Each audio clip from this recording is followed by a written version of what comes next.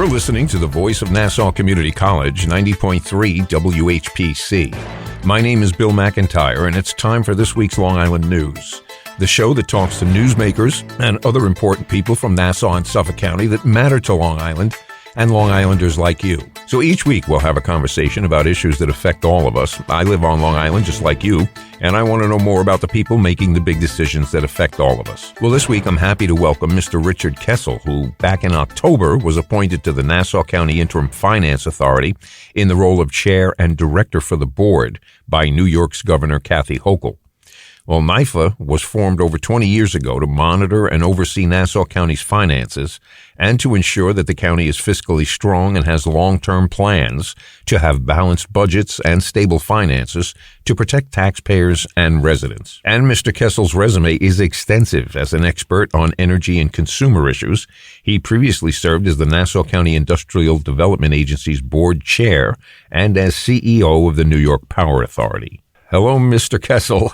Welcome to this week's Long Island News. Thank you. I'm glad to be with you guys. When I first heard that we were going to have you on the show, I remember, and you know, forgive me, my memory may be Swiss cheese, but it was back in the 70s someplace when I saw your name in the paper all over the place, and you were a consumer advocate. Am I correct in that, or? Yeah, I mean, I was a consumer activist. I actually formed several consumer groups back in the mid to late 70s. There was Say No to Lilco and Consumer Action Now and Long Island Consumer Action. I was a citizen activist back in the 70s and early 80s. And, you know, it was a lot of fun. Actually, my first job in government I was appointed by Governor Hugh Carey to the board of trustees at Nassau Community College and wound up serving on the college's board for, I think, about 19 years. Okay, well, so I mentioned a little bit about your personal resume. Why don't you talk a little bit more about your history and also, I guess, to include in that, what makes you the right person to lead the NIFA board? You know, I've served in government in a number of positions over the last couple of decades. I headed the New York State Consumer Protection Board, which was the state's consumer protection agency. I was appointed by Governor Mario Cuomo. I think I served from 1984 till 1995. During that time, I also served as a board member and then chairman of the Long Island Power Authority when it didn't own the electric system, but was an advocacy group charged with decommissioning Shoreham. And then when Governor Pataki came in, he actually made me resign from LIPA, but then brought me back to head LIPA when we took over the Long Island Lighting Company. And I was chairman of the board and CEO of LIPA for about 9 years. I served under Governor Pataki for those 9 years, and then served under Governor Elliott Spitzer for an additional year as CEO of LIPA. I left, and then a couple of years later was appointed CEO of the New York Power Authority by then Governor David Patterson, and served in that capacity for a number of years. Then, as you pointed out, went over to the Nassau County Industrial Development Agency as chairman. I was appointed by County Executive, or then County Executive Laura Curran. I stayed for her 4-year term and then stayed another year and a half or so under the current County Executive, Bruce Blakeman. And in the interim, I also was on the first NIFA board back in the year 2000. I actually served on the first NIFA board when it was formed and ultimately became acting chairman for several years after the chairman, Frank Zarb, left. So I've already served on the NIFA board, so this is my second stint in that job. Right. And you know, I'm very excited about it. I'm very appreciative of Governor Hochul appointing me. I think it's an important agency. Back when it was formed in the year 2000, Nassau County was in deep trouble, very close to bankruptcy. NIFA was formed. It was given $105 million to try to pull the county out of bankruptcy, which we did over time, working with the county and the county executive at the time, initially Tom Galata, and then Tom Swazi. I left in 2007, and NIFA became a control board, I guess, in 2011, and has continued to be a control board now. Right. And, it's an exciting time right now. In fact, currently the executive director of NIFA and its council, I hired 23 years ago as the vice chairman of NIFA. So it's kind of my second go around at NIFA. Yeah, right. And I think that it's an important agency to keep the county financially solvent. There are some challenges ahead. I think the county is in better shape now than it was. And I give the county executives, plural, Laura Curran and now Bruce Blakeman, credit for working very hard at it. Mm-hmm. And I see NIFA as a partner with Nassau County to make sure that the county's finances continue to be stable. And I think more importantly, to make sure that the Nassau University Medical Center stays open and solvent. And I think that right now is our biggest challenge. Yeah, we have a lot of questions about that. But a recent Newsday opinion article, they said that some Nassau County officials have been saying that the time for NIFA's control period has come and gone. And the question perhaps is, some people are wondering whether you'll be overseeing the end of that if that were to come, if that were to come about. Well, I think it's too early to say that. I mean, I think that part of the reason that Nassau County is in better shape is because of NIFA and the discipline that NIFA has brought to the county, the refinancing of county debt. But there are still challenges ahead.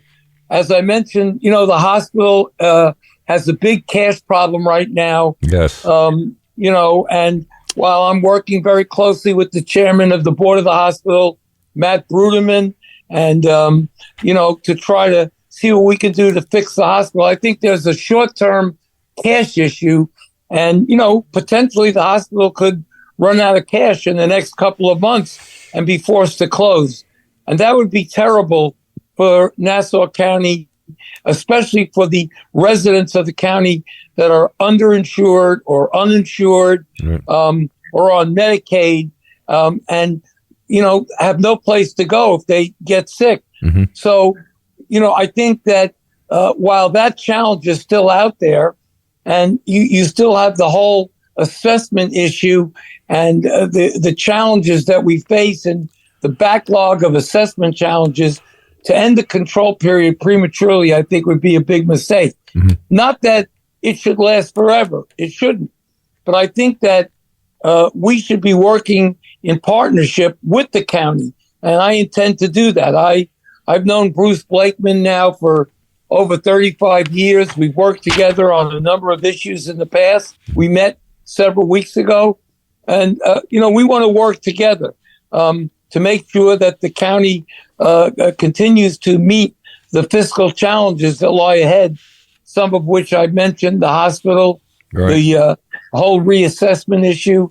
So I'm not saying that the control period should last forever. It shouldn't. How long have they been in there so far? The control period itself has been there about 12 years. I think it has brought tremendous benefits to the county. The optics of it, though, are that we have a whole county legislature, and we spend a lot of money on getting them. They sit around the table and they do things, and then NIFA comes along and says, "No, you can't do that." Well, I think the citizens of the county are wondering, are we double? Well, NIFA positions, and I didn't know this, are unpaid, correct? Well, not the staff of NIFA. Oh, no. Okay.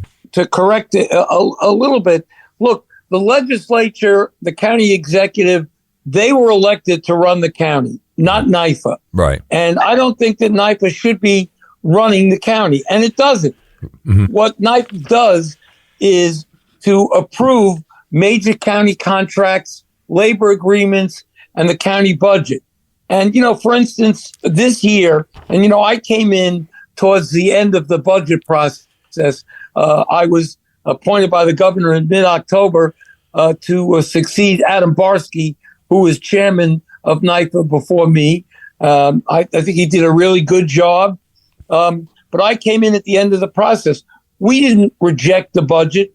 We reviewed the budget to make sure that it was physically and fiscally balanced, that it could withstand the test of time, that the 4-year financial plan going forward is going to be structurally sound.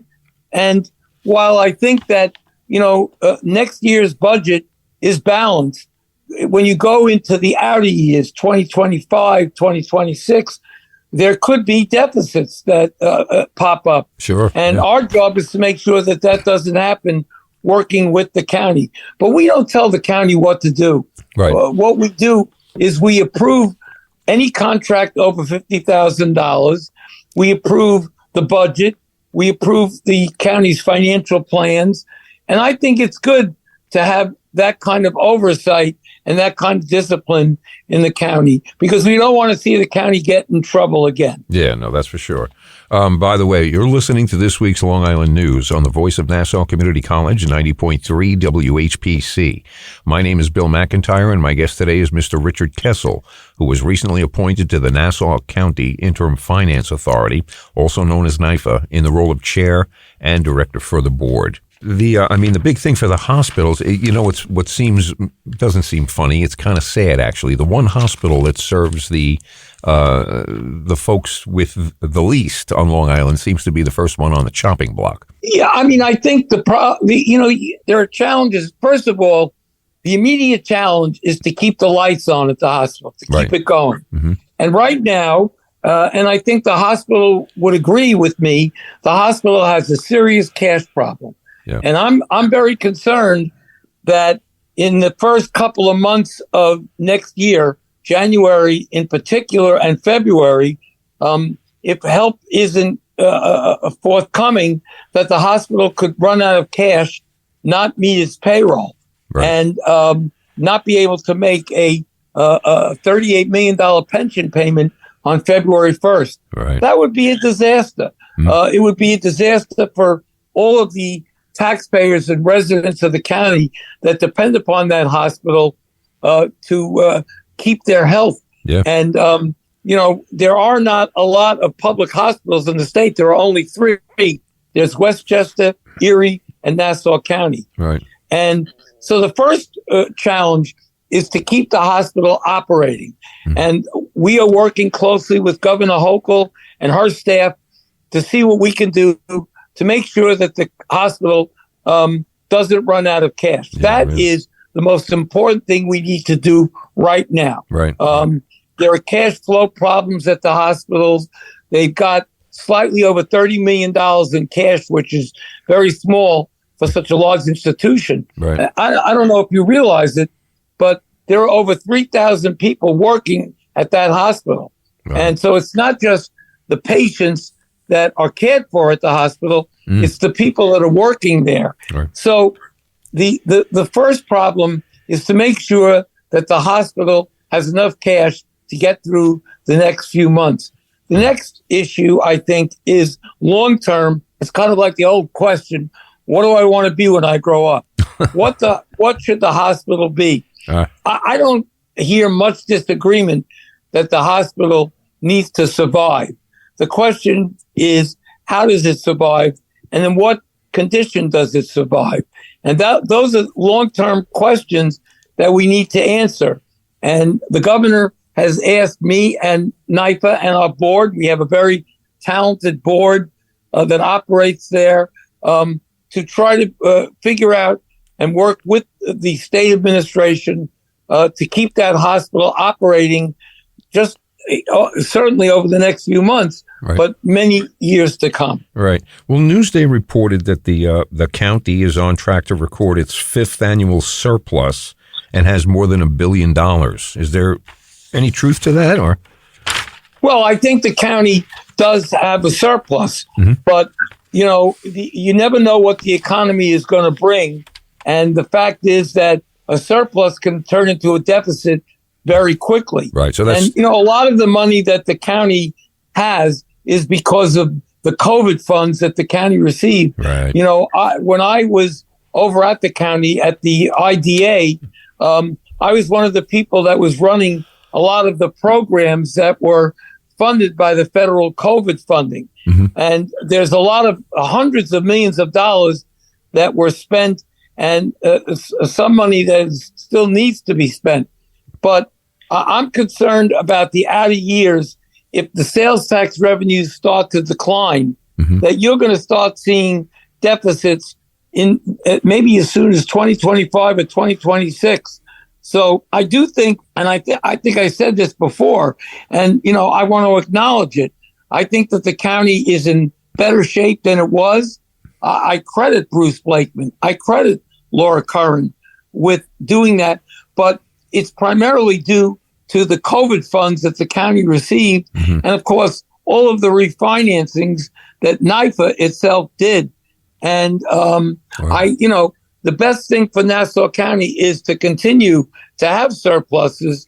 We'll have to see what happens over the next few years, and that'll ultimately determine whether the control period at some point should end or not. From my perspective, by the way, I think Nassau County should be thrilled that there's a control period, because they can always blame NIFA for any tax increases that they ultimately have to pass on to the taxpayers. Right, so you provide a service too. You provide a service to the. Well, we do provide a service. We do financings and refinancings Right. frequently. We're actually planning to do one early next year that saves the county hundreds of millions of dollars. Mm-hmm. And that's something that is of great benefit, because the ratings that we get on our bonds are lower than what the county gets. So those savings are passed on directly to the county, and that benefits all the taxpayers of the county. Right. Well, you know what? There's another thing we can talk about. I remember speaking to, I forget who the candidate was, but basically we were talking about the Nassau Coliseum site. And his reaction is that we missed a good opportunity. The area of the proposed Sands New York casino, now Sands is the current owner, but there are some legal issues that have arisen with the deal. What's your take on the whole Coliseum? I'd call it a debacle, because I think they did miss an opportunity. They spent, I believe, upwards of $20 million or so to revamp the Coliseum and wound up making it ineligible for National League hockey games. That didn't make much sense, since the Islanders, that was their home. Then they got booted out, and we all got a new arena foisted on us because the old one wasn't suitable. I think that the Coliseum and the hub, as it's called, mm-hmm. has been a disaster for decades in Nassau County. And, I think now people are taking a serious look at what to do at that site, and whether it's a casino. I know that Sands has proposed a casino for the site. Mm-hmm. And, that ultimately is going to be up to a state panel that's reviewing that, or whether it's a combination of housing, hotels, retail. That's yet to be decided. Right. And, NIFA's role is not to make that decision, but whatever happens over there, if there are contracts that have to be approved between the county and, for instance, Sands or anyone else, NIFA will ultimately have to review those contracts and approve them as well. And I think that's a buffer for review, so that everything is done properly there. And, I think that over the next year or so, there are going to be questions primarily about whether a casino should be built over at that site. Frankly, from my perspective, years ago, the county had an opportunity to tear that Coliseum down and build a new one that was adaptable to National Hockey League standards, so that the Islanders could play there. Mm-hmm. Unfortunately, that didn't happen. The Islanders ultimately moved to the UBS Arena, which is a beautiful new arena, mm-hmm. and the Coliseum basically just sits there. Right. And I think the one of the questions that has to be answered is, what to do with the Coliseum. And there are a lot of people that talk about taking it down and replacing it with a smaller facility like a mid-sized Westbury Music Fair, and putting something there. There are other proposals that are out there, and that's ultimately going to be up to Sands and Nassau County and the town of Hempstead too. Tell me if you've ever heard this. I've heard that building arenas for sports stadiums is the kind of like the new way to get public money into private pockets. I think that that's true in some areas, not in all areas. Well, I think when you're talking about big arenas, I mean, I don't think that a new big arena is going to be built at the Coliseum site. No, I don't think so either. They already built the UBS. That ship sailed. Right. They got their new arena. The thing for me is I never got to see the books. I never saw where the money came from, and I don't know where it went. I know concrete is expensive, but probably not as expensive as the bottom line on that monstrosity.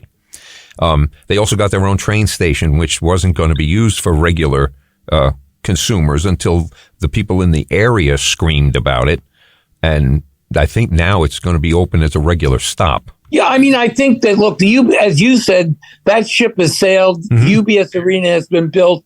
It was built primarily by private developers. Right. And they're entitled to make a profit on it. And I think the real question right now, before you talk about, what goes at the hub and what happens to the Coliseum, you have to see whether or not the Sands is going to get one of the casino licenses that's going to be awarded by the state. Right. And, my sense is that decision probably will not come for another year or more. Right. Probably into the first or second quarter of 2025. Wow. Once you know whether a casino is going to be approved for that site, then you could figure out the other components of that site. If there's a casino there, that would be different than if there isn't a casino there. Oh, definitely. So there's a lot of, but you also have to pay attention to the local communities. Hempstead Turnpike, as you know, you're at Nassau Community College. Yep. I come to Nassau Community College frequently.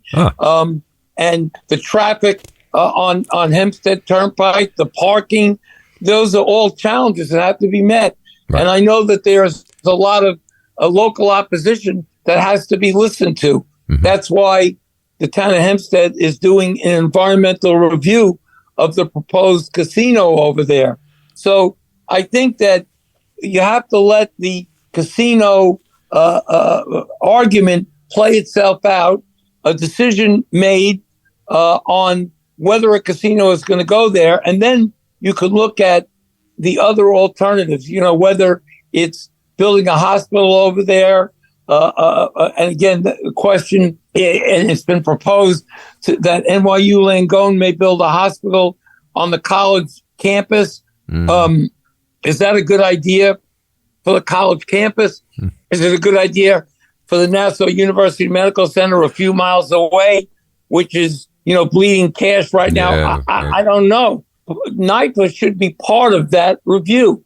I think the people should feel comforted that there's an oversight board over there of independent people that are going to be looking at some of these issues as we go forward. Yeah, what's really more comforting to me when I look at this is because I don't know a lot of people on the board of NIFA, but I do know you. And you've been in the middle of these things for almost 50 years. So you not only come with the knowledge to look at these things and see what they are, but you have a track record. Look, I appreciate that, but I think that I'm obviously going to be very collegial in working with the board. You don't really know. People don't know the NIFA board. They kind of know the head of NIFA, and that's it. But you've got some very talented people on that board. I just had breakfast this morning with one of them who is a turnaround genius, who is a great asset to the board. We've got a doctor that is affiliated, by the way, with the Nassau University Medical Center, Dr. Zasso. Brilliant. We've got a Chris Wright, an accountant who's worked for many years in the accounting field and knows finances. We've got a lawyer, Charo Esdrin. So it's a very diversified board. And we've got a very good staff. It's not a large staff. I think it's 7 or 8 people total. But, we're constantly reviewing things that come before us. And again, we weren't elected by the people of Nassau County. And I don't think that NIFA should usurp the responsibilities and obligations of elected officials like the county executive or the county legislature. Right. But we're there to approve what they're doing to make sure that the county can pay for whatever they approve in terms of contracts or labor agreements with some of the unions. Right. We've got a great workforce in Nassau County, a great police department, a great CSEA. We want to make sure that those agreements, that they get well paid, that they're compensated, but also that the county can afford to pay them. Otherwise, the county will be back in trouble like it was in the 1990s and early 2000s. Yeah. Well, we've spoken for almost a half an hour now. We have a few moments left. What else would you want to tell everyone or speak about? The microphone's yours. Well, just that I think that I'm very excited to work with the NIFA board. We're meeting later this month in December. We'll be meeting regularly throughout next year, and people should pay attention and participate. We're an open book. We're transparent. We don't do anything in secret. Everything is public. And I think that people can learn a lot about the county because ultimately, we pay taxes that are much too high. And I think that one of our obligations is to work together to try to keep those taxes down. And I think that we want to make sure that there is enough revenue to support the many programs that the county runs, which we love, the beaches, Nickerson Beach, the parks, Eisenhower Park, Christopher Morley, Wantor Park, all of these great assets that the county has. And NIFA looks forward to partnering with the county to be part of that future. When they have NIFA meetings, can people come in and sit in on those, or? People can come to those meetings. I'll tell you, our next meeting is December 18th at 6:30 at the Marriott Hotel. Well, my guest today has been Mr. Richard Kessel, who was recently appointed to the Nassau County Interim Finance Authority, also known as NIFA, in the role of chair and director of the board. And we want to thank you, Mr. Kessel, for taking the time to be here today to speak with us. Good luck with the important work ahead for you and the rest of the NIFA board. I appreciate that. I put in a plug for Nassau Community College. I didn't go there, but I feel like I went there. I was on the board of trustees for 19 years. I'm now on the foundation board. It's a wonderful, wonderful institution. I stand to say it's one of the best community colleges in the entire country. I believe it. Yes. Very, very proud to be affiliated with such a great college, a great campus. We have a great radio station, too. You do. You do. Well, now the clock on the wall says it's time for this week's Long Island News to get on out of here. I'm Bill McIntyre.